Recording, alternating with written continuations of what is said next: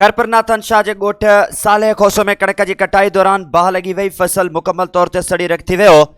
इरफान अली मशवरिया की रिपोर्ट मूजिब खैरपुरनाथन शाह बरसा वसाए जे ॻोठ मोहम्मद साले खोसो में ज़मीन की कटाई दौरान ट्रैक्टर के साइलेंसर मां चिणिंग उथण सबब गरीब पोरियत अली हसन खोसो जो 2 एकड़न ते बीठल कणक जो फसल सड़ी रखी वियो। गरीब पोरियत अली हसन खोसो जो चवण हो त वाक़े के फौरन बाद फायर ब्रिगेड के ऑफिस में इतला कयो, उन बावजूद भी गाड़ी न पहुती। जेकॾहिं गाड़ी वक्त सिर पहुचे हा त फसल सड़न का बची सके हा। बे तरफ़ ज़मीन में बीठल कणक जो फसल सड़ी रखी वियो आहे। हुन चयो त आऊं गरीब मिस्किन आहियां, कर्ज़ खणी फसल कयो आहे।